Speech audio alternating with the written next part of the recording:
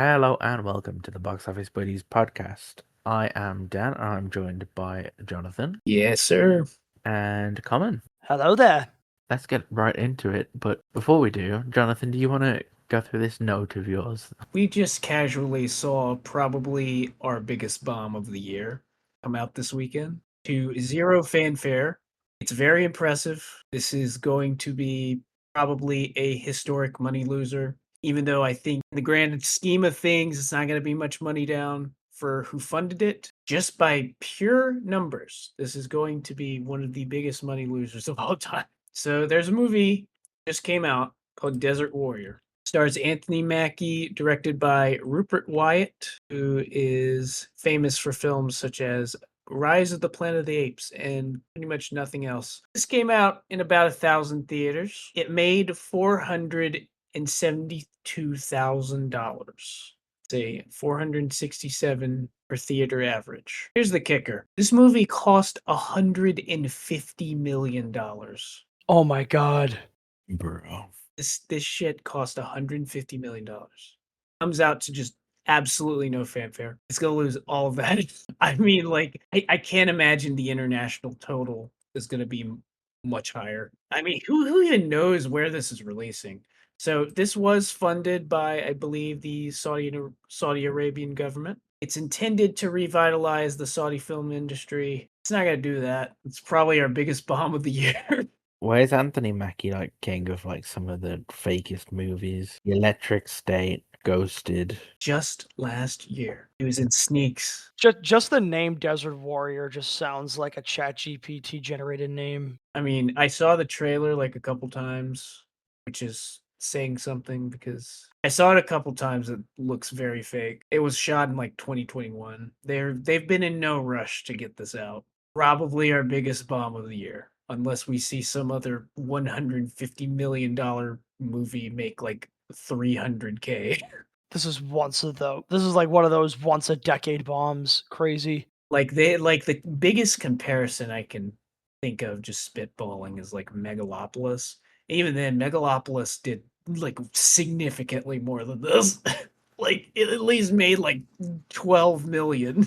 At number 10, we have American Youngboy, which did $1.19 million this weekend. It was in 583 cinemas, 2,041 per theatre. It's actually at 1.84 million domestic because I think it opened a little bit before the weekend. This movie, I actually just looked it up, is from the director of In Whose Name, Really? the Kanye documentary from last year. I know that movie. Jonathan has seen that movie. I have seen that one. Okay, so is this another okay, so this is about NBA Youngboy. It's a concept movie, NBA Youngboy. I think there's like snippets from like his life in it as well. Honestly, I kind of like I'd never heard of this movie before Sunday. Me neither. I don't know what this is. I don't think this is playing anywhere near me. It's a very good turnout for that, man. Must be like a strong fan base, honestly. So number 9, we have a new A24 release, Mother Mary. This just expanded to a limited release, just over 1,100 theaters. It made $1.25 million, and that is a per theater average of about $1,100. So it's kind of funny how like the per theater average is also just over 1,100. Yeah, I don't think anybody expected this to really break out. It has FKA Twigs and Anne Hathaway, so it's got like some, star power there. No one was expecting anything big from this. I don't have anything to say about this. So this is a David Lowery film. You know, he did like a Ghost Story, Green Knight. He's also done some Disney movies, which I think I heard this movie was made to kind of like channel his frustration of making, I think, Peter Pan and Wendy. I didn't even think that movie was that bad. I didn't either, honestly. I thought it was not amazing, but Like for a streaming film, it actually looked like it had something behind it, and yet it has like one of the lowest ratings of any of the live action remakes on Letterboxd. I don't agree with that. I'm sorry. but I think he was a little frustrated in the process, so he kind of made this to channel that frustration from what I've heard. And it sounds like it's pretty divisive. I haven't seen it yet. I'm going to see it tomorrow actually, but yeah, it's got like a 3.1 on Letterbox. And of course, the Rotten Tomatoes critic score is like 68. The audience like 57. So, we've got a true A24 divider here. I think it's a psychological thriller, but I would not be surprised if it's not really. Number 8, we've got Over Your Dead Body, $1.39 million in a little over 1,500 theaters. That's a 899 per theater average. So this is Oof. not great, not great. It's IFC movie. I don't think it's a Shudder. It's not really horror. It's like a dark comedy. It's directed by Yorma Takun of The Lonely Island. This pop star never stopping. He did co-direct Popstar. I feel like Akiva Schaffer has kind of had more of a successful directing career of the two because he did like The Naked Gun. He also did Hot Rod, which wasn't successful at the box office, but it's had like a lot of big cult following. It was an okay movie. It was funny. Saw an early screening like a couple weeks ago. But I forgot who was in it. It was Jason Segel and Samara Weaving. Coming in at number 7 this weekend, we've got Yumi and Tuscany, which made 1.48 million, which was down 62%, unfortunately. 17.61 million domestic so far, 2.82 international, bringing its worldwide total to 20.43 million worldwide, finally getting over its $18 million production budget mark, which doesn't mean it's making money, it just means that, it's losing less.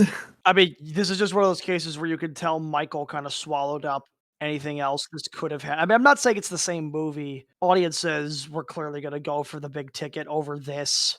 Yeah, I think it's a mix of screen space and also just kind of lack of interest as well. I mean, I haven't seen the movie, but I really thought this had the chance of being a breakout. Guess not. I guess there's nothing really that stands out about it either. Too much, to be honest. It is definitely kind of a tried and true rom-com. Looks like one of those like early 2000s rom-coms that nowadays you'd find them on Tubi. That's kind of what I like about it, but it was definitely not enough to drag people to the theater. And I see this as just doing absolutely nothing overseas. Number 6 out of the top 5, it's Hoppers. It only dropped 37% this weekend, getting just under 2 million, 1.91 million. That brings its domestic total to 164.16 million and a worldwide total of 375 million approximately, and that's on a $150 million budget. So we are officially over the 2.5 multiplier hump. So this film is officially in profit territory. It's gonna get over, because I think the Cars 3 was like the last milestone that it's got worldwide. That did 383, and that's probably gonna do that next week or the week after. It's really a matter of like how much gas this has left in the tank.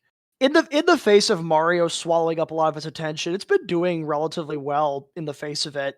Still hanging in there. Number 5, The Drama, $2.65 million. That's a 46% drop. That brings the domestic total to 44.8 million. The international's at 62 million, which means we are at 106 million worldwide, nearly 107 on a $28 million budget. I say it every week. I'm just never expecting this. So that domestic total is about 1.4 million ahead of where Challengers was at the same point in that's release. So again, it's still on par for 50 million, probably just above 50 million. So Materialist did. Oh, actually no, it's past Materialist. Materialist did 106.4. And obviously this is at 106.9. It's already, I think, it's either 5th or 4th for A24. I feel like this weekend it's finally getting some direct competition, though.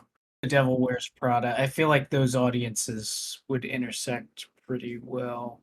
In number 4 this week, we have Lee Cronin's The Mummy with 5.5 million, down 59%. It's at 23.32 million domestic, 42 international, and 65.32 worldwide on a $22 million budget. It is very close to tripling that budget. Very impressed how this turned out. Honestly, I was kind of expecting this to be just DOA. I mean, I don't necessarily agree with that because I feel like, horror like this has a very like devoted following. Although it's doing better than something like, what was it? Wolfman? I was kind of expecting it would do like Wolfman numbers, honestly. Personally, Yeah, I mean, especially considering we saw its cinema score and we were like, "Oh dear." Nevertheless, this is kind of holding well in the face of things, but we'll see what happens to it next week. One of the bigger differences between this and Wolfman as well is the international box office for this is like already 4 times nearly what Wolfman did. Wolfman did 14.4 million international. So actually not 4 times, but it's like more than 3 times. yeah, and I think that's the main key here.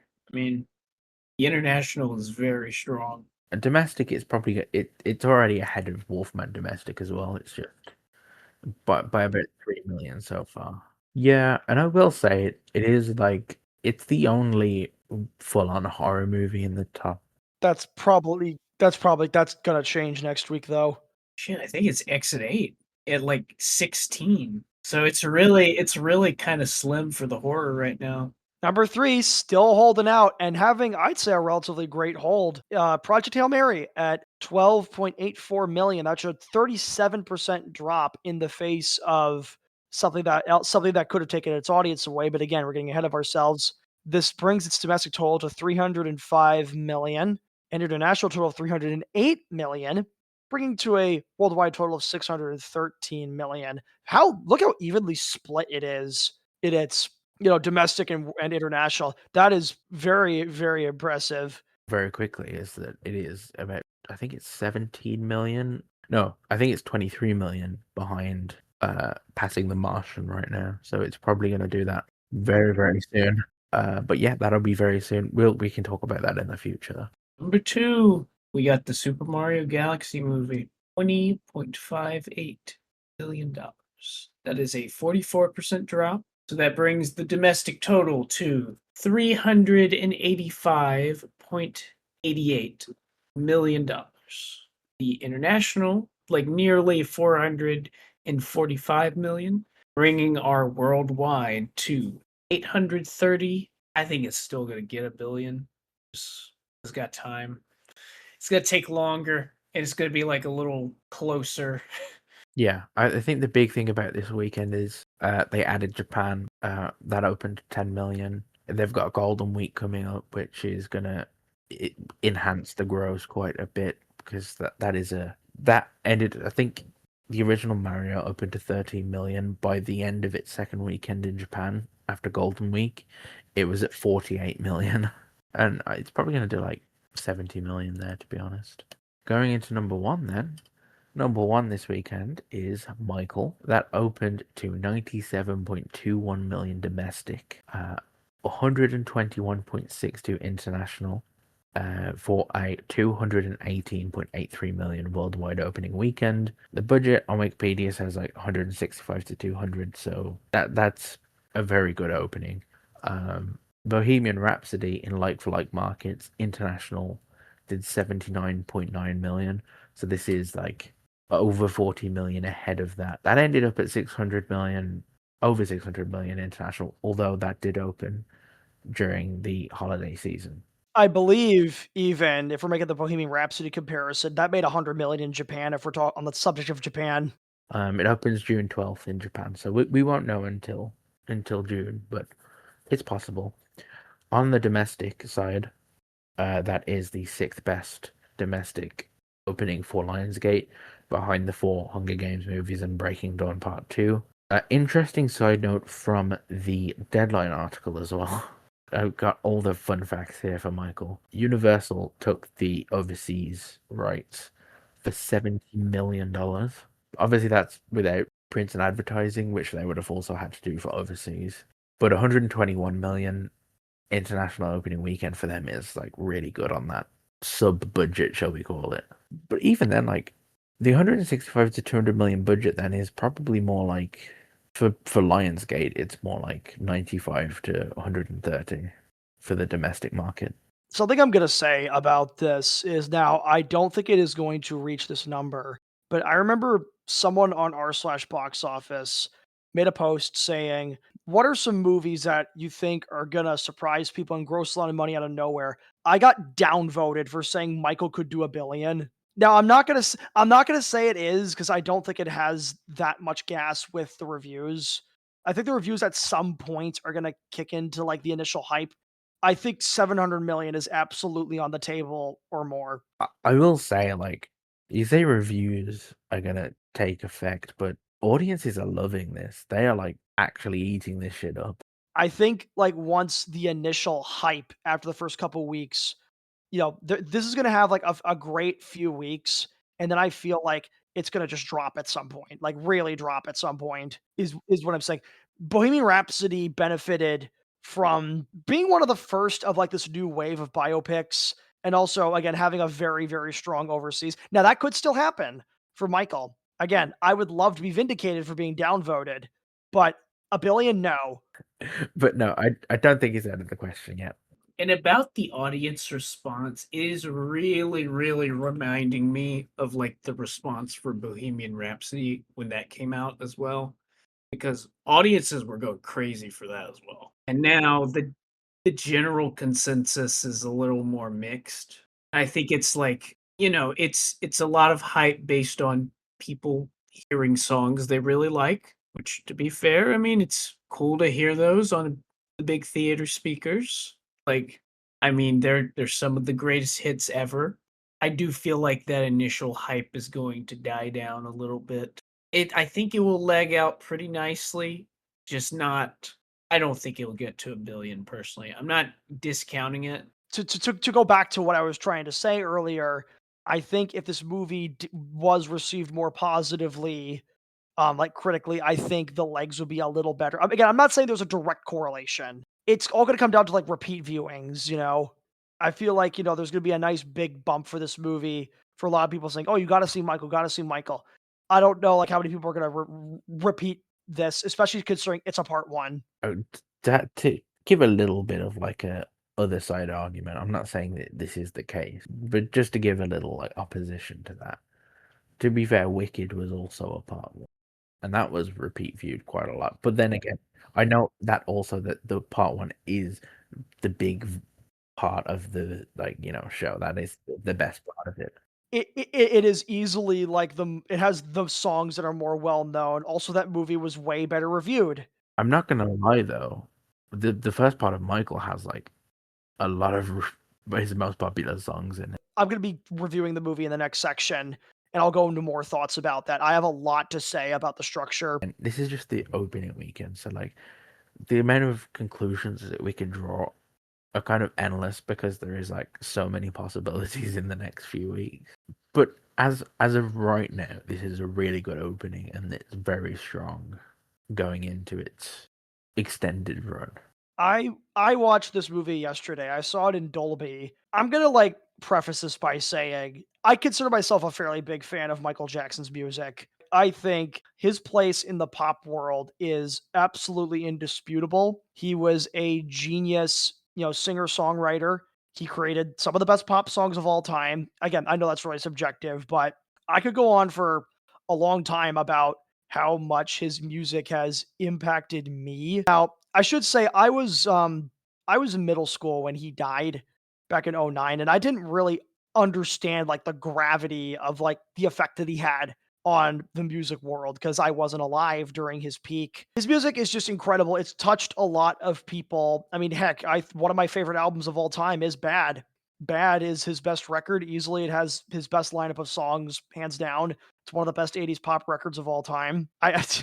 Best pop records of the '80s, I should say. It's a bit of a redundant sentence. When I heard they were making a Michael Jackson biopic, I had a lot of mixed feelings about this because, I knew after Bohemian Rhapsody made 900 million out of absolutely nowhere that we were going to get a lot more of these, and we've gotten these. We got Elvis back in 2022, which I also enjoyed. This one, I had a couple things going for it. Number one, how much of his life are they going to cover? Is it going to be exhaustive? Is it going to be like a snapshot, which I think is the best way to do a biopic? Is just do a little part of the person's life. I always like to use Lincoln as my bar. Like that takes place during the end of the Civil War, during the passing of the 13th Amendment. It shows Lincoln at his most tried and tested. And I granted that as a historical biopic, about a historical figure rather than, a pop star. So it's a little different. Number two, it's okay. I'm not going to go too much into the weeds of this, and I'm going to explain this a little more when I talk about the movie itself. How are they going to talk about the allegations? Because that's inseparable from Jackson's legacy, for better or for worse. When I heard they were making this, they were splitting it up and doing a part one. I thought, oh, okay, so there's going to be an obvious cutting point here, and I was kind of right. So we go from his early days in the Jackson Fives, and we pretty much go through the 80s with him, which, sure, it's his peak. Positives. Obviously, Jafar Jackson, fantastic pick. I am really glad they chose a direct family member, not some random celebrity to portray Jackson. It's like, okay, who knows the man better than somebody who's directly related to him? And like a lot of these biopics we've seen, he just disappears into the role. He's phenomenal. He's got everything down. He's got the moves. He got the voice down. I can't say singing voice because that was all like dubbed in from like Michael Jackson's actual music, which is a little disappointing compared to like, I believe Rami Malek did some singing in Bohemian Rhapsody. Not all of it. That's a little disappointing. But I guess if I had to compare him to Austin Butler as Elvis and Rami Malek as Freddie Mercury, I think he's probably my least favorite of the three. However, I think all three roles are awesome. The sound mixing in this film is incredible. Like if you see this on a big screen or in like a premium theater, you really get the full experience of that. You hear all the little details of like the music, of everything going on in these scenes when there is music. Now, this is kind of where my positives end because this movie is just lacking substance. Now, I know that's kind of the common criticism going around, but I was sitting here watching this in a crowded theater. Everybody was getting into the music, and I was too at times. Wish this movie had like something else to it and got more into the weeds of not just how intricate Michael was as a person, but also of his creative process. Like, we needed more of like him coming up with music. Like, there's one scene where he wakes up in the middle of the night and he immediately goes to the recording studio because he doesn't want to get the idea out of his head. We needed more of that. Instead, we just kind of get like what's the equivalent of like a greatest hits album. Like, we get him doing the Thriller music video. We get him recording Off the Wall. We get all the now we do get all of the stuff with his dad abusing him, and that is extremely important, to the type of person Michael became in the life he wanted to live. There just wasn't like enough of conflict to him struggling to actually get to this, or better yet, how about struggling with fame? I mean, they kind of get there because they include the Pepsi accident, and that was a major turning point for him. More of that and less of like just the flashy stuff. Now, in fairness, I feel like Bohemian Rhapsody and Elvis both suffered this problem, but those movies I feel like kind of got away with it. Bohemian Rhapsody was the first of its kind. I feel like Rami Malek carried a lot of that film. I like that we got to see a lot of his inner struggles, like Freddie Mercury's inner struggles, the band recording music. Elvis, Elvis, we really got to see into like his conflict with Colonel Tom Parker and how that affected his later life. We needed like that was my favorite part of Elvis, and that's what really lifted that up. Also, it had like, a lot of flashy presentation that made it unique. This is by the numbers, but that being said, it's better than like, I don't know, Bob Marley One Love, which I barely remember anything about 2 years out. This isn't to say I didn't enjoy watching parts of it because I absolutely did. He got everything down about Michael's mannerisms, his presentation when dancing and performing on stage. But we just needed more of like the creative side of Michael and the personal side of him. We really didn't need a lot of this filler.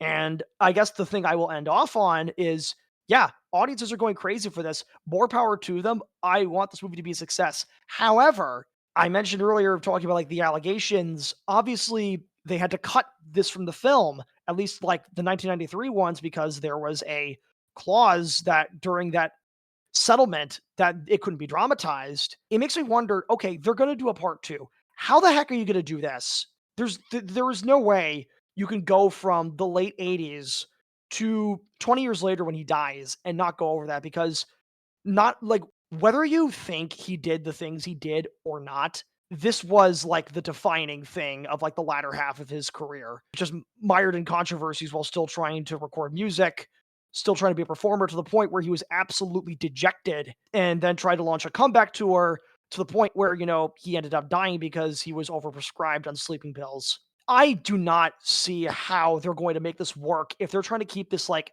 sanitized view of him, because this movie was made by the Jackson estate essentially. There's no way they can keep this up. And if they do, my God, it's going to be tonal whiplash. And I don't know if audiences will take to that. That's all I got to say about Michael. 5 out of 10. Michael do. I don't want to sing anymore. There is no Michael. There is no Michael. I think I liked it more. I gave it a 7. This past week, they re-released Fight Club. I had not seen this movie since I was in high school, and watching Fight Club as an adult compared to watching it as a teenager is kind of an entirely different experience. I highly recommend it if you have not done it. I've never thought that, like, it really makes, so, like, when you're a teenager, even if you don't, like, think Tyler Durden's cool, which I never thought Tyler Durden was cool. I thought them, like, it's very hard to explain this just, like, experience I had watching this movie, like 8 years after the first time I watched it or something. It is on the money for its portrayal of a certain demographic, to the point we're seeing what this movie was calling out in the generations after Gen X, which this is specifically dealing with like Gen X angst. But we're seeing it in millennials, we're seeing it in Gen Z. We'll probably see it in alpha once they get older. And we're seeing it in the digital age. It's not like this movie is kind of coming to grasp, or it's trying to unpack the first generation that grew up entirely with TV. Let's say Gen Z, we're probably, I guess not entirely, there's like, we had a few years without it, but for the most part, we've grown up with the technology we have today, smartphones and internet being as impactful on our development and our worldview. And so, yeah, Fight Club just kind of taps into that angst and that desire to just feel something. It's also at the same time tackling rampant consumerism. And it's trying to see where do we go? How do we get away from rampant consumerism? And how do we find a way to connect? And I think this film shows how this can just go horribly wrong. Horribly, horribly wrong. Because these characters are just, some of the things they say, I got secondhand embarrassment from. Like, at one point, like, Edward Norton's talking about how he's like a 30-year-old boy, which I'm just like, bro, I would not say something like that in public. Like, I would not catch anybody hearing me say that. There's also that whole deal where, like, it's at the beginning, he's going to all these, like, therapies for diseases that he does not have, for grief counseling, for tragedies that he has not gone through. And then Helena Bonham Carter's character starts going to them as well. He's like, how dare you? You're such a faker. How do you do this? Can't believe you. I don't think the movie has the answers. I really don't. I think it's just trying to sort through. And I think the way it does so is just so interesting, to the point that people to this day still do not get this movie satire, even though it is as blatant as it humanly can be. It is like one of the most unsubtle films I think I've ever seen. This is to a positive. Like, I love the unsubtlety so much. At the same time, people are still having a takeaway. It's like, man, that's really cool what they did. it's it's really it's really nice how they tried to take their rage into their own hands like that. And it's a lot to unpack.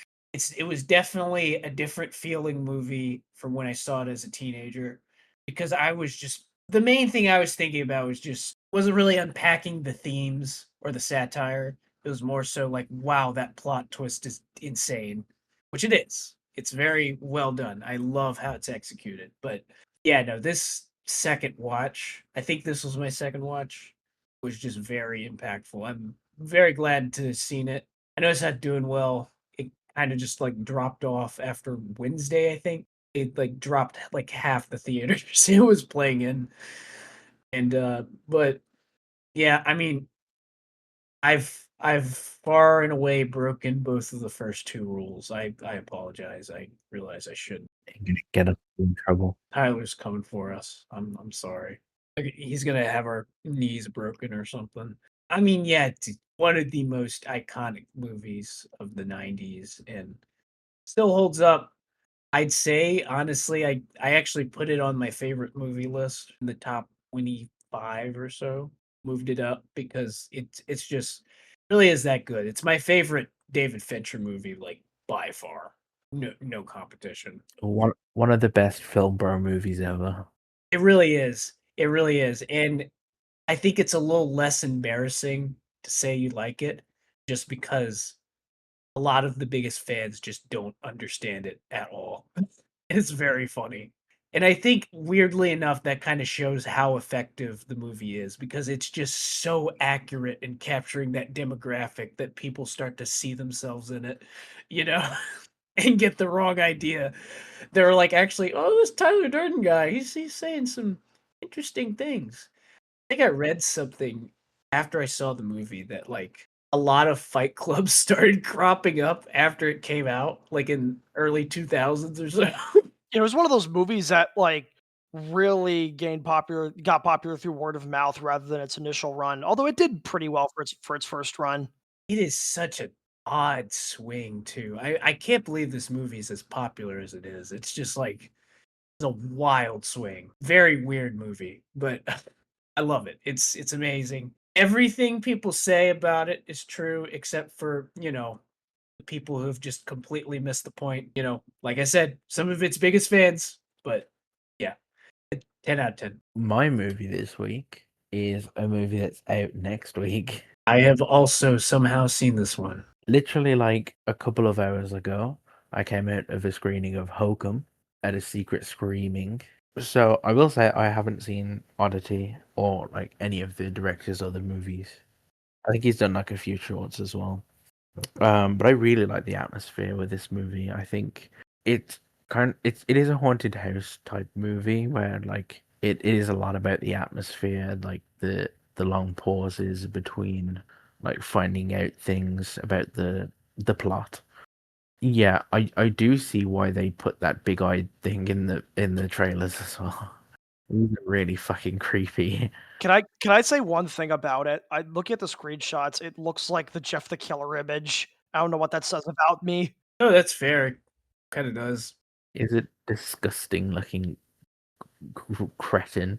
There are some very bad jump scare. Oh, but by bad I mean it's like you're gonna jump when you see it. I will say I'm not a big fan of jump scares, but here they didn't feel too egregious to me. I love well done jump scares. Okay, this guy knows how to do jump scares because they're an Oddity as well. I have seen Oddity. I've not seen his first film, Caveat, but they're all over Oddity as well. They are so effective. And this film is no different. This film really got me a couple times. I'll say as well, it didn't feel like because it's like an hour and 47 minutes. It didn't feel that long to me. It did feel like a shorter. It felt more like 90 minutes to me. I think the setting is very cool. The like really weird layout hotel that they have. With some odd characters just working there. Yeah, I really liked David Wilmot who played Jerry. He was very good in it. I thought he was very endearing, and it's there's a there's something that you find out about him, and I was like, that's really strange. And then it does come like he does explain it a little bit. Like, yeah, I was a bit confused at the very opening scene. I was like, this isn't. Have I accidentally stepped into Desert Warrior? Yeah. It comes full circle in a good way, like by the end. I I really like following Adam Scott's character because he's just playing a massive asshole. But like kind of like weirdly endearing dick. And he does develop as a character. Seeing him in this after like Parks and Rec as well, because like Parks and Rec, he's not a dick in Parks and Rec. He's absolutely not a dick in there. He's just a dickhead in this. Because I've seen most of Severance as well. He's becoming like a very, very good dramatic actor, which is kind of crazy. We got at least two actors for Parks and Rec who have like pretty much gotten out of like comedy, it feels like, because Nick Offerman as well. He's doing stuff with like Alex Garland and like he was in Last of Us, had phenomenal role in Last of Us. Yeah. Hey, and Aubrey Plaza, she was in the hit film Megalopolis. Aubrey Plaza, yeah, that's right. She was in Megalopolis, but We're really going back to Megalopolis. You want to see this boner I got? yeah, she has some really cool roles as well. That's a very impressive cast, honestly. Like looking back, very, very impressive cast. There is a crossbow in this movie as well. The honeymoon suite, I think, was a very good set to like be stuck in for a while as well. I don't think that's really a spoiler saying he was in it for a little while. That's kind of like the hook, I'd say. Like, what's going on in the honeymoon suite? It definitely had. I think there was a clock in that set. It was so fucking loud, bro. It was so fucking like it never made me jump, but I was like, Jesus fucking Christ, the sound design on that clock is This guy, Damian McCarthy, is finding him a really good niche for the horror genre. That's specifically like horror mysteries. Like, because really, these movies, the appeal of like this and Oddity are less so the scares, it's more so the mystery for me. I just love how he like reveals information, withholds it, and it all pays off so well. It's just it really helps with the pacing of a movie, honestly. And he doesn't reveal everything too. There's still some like questions you'll have by the end. I like that. What's the fun of knowing everything? I gave it an 8 out of 10. I am probably a little more positive on this than most are, but I just love this movie. Like I loved Oddity as well, and this was just the Oddity is a very similar vibe. So like if you like this, you'll like Oddity as well. But this is like my number 5 of the year. I adored this film. I thought it just everything I want from like a horror movie. 9 out of 10. And people are going to be able to watch it starting May 1st next week. Yes, do go see it. But talking about Prada and Hokum, let's go into our predictions for next weekend. So I've got The Devil Wears Prada 2 at number 1 with 101 million. Michael at 45.69 million, down 53%. Super Mario Galaxy Movie at 13.17 million, down 36%. Project Hail Mary at 8.73, down 32%. And I've got Hokum at 6.66 million for its opening weekend. Ooh, how devilish. I am lower on the Devil Wears Prada than some are. I'm not gonna like go for the moon on this one, even with the fan base the original has and how much of a following it has in general. I'm going with 90 million on the Devil Wears Prada too. I'm gonna be a little more conservative on it, I think. Followed by Michael at 48 million. I think Prada is going to cut into some of its audience, but word of mouth is going to keep this thing going for a couple more weekends at least. Then the Super Mario Galaxy Movie at 12.4 million, Project Hail Mary at a lucky 7.77 million. Perhaps that's a bit lower than it's been holding, but I feel like at some point, it's going to have to give up screens to other movies. We'll keep at this for now. And then Hokum at 5.5 million. Lovely. I like how we've got the devil numbers and then we got the lucky numbers. Maybe it'll give me good luck for my prediction. Maybe, who knows? I know this is gonna be a little bit of a shocker, right? Number 1, Devil Wears Prada. I'm really going for a risk here, I know.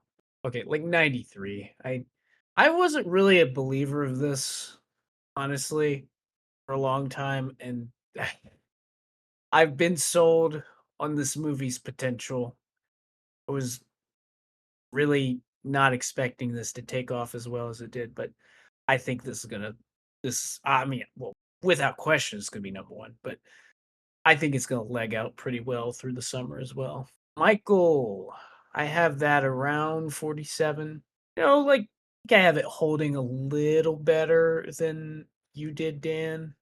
Common, you have a little higher than me. Yeah, I see no reason for it to have a massive drop. I mean, I guess The Devil Wears Prada will take away some of its audience, but I feel like they can coexist pretty well. Mario, okay, I'm going a steeper drop than y'all.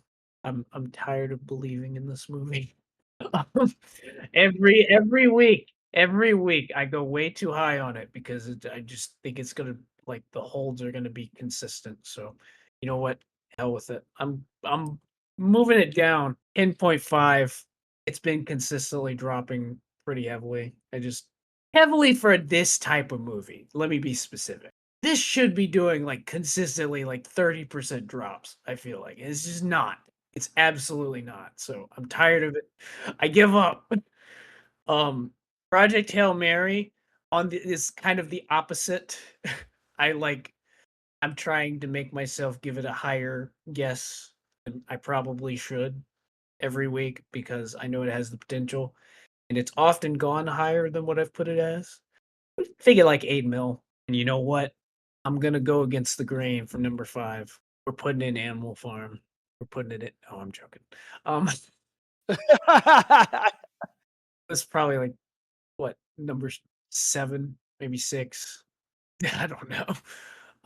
Hokum, my boy, going with like just under 6 for Hokum. I could see it doing more. I could see it doing less. I just don't want to get ahead of myself personally. Yeah, I think that's fair. The early screenings had a few of those. That'll help it. I think it'll definitely make the top 5, regardless. But yeah, those are our predictions for next week. Thank you guys for listening. Us ramble on about the movies that are out this week. I've been Dan. I've been with Jonathan Yep.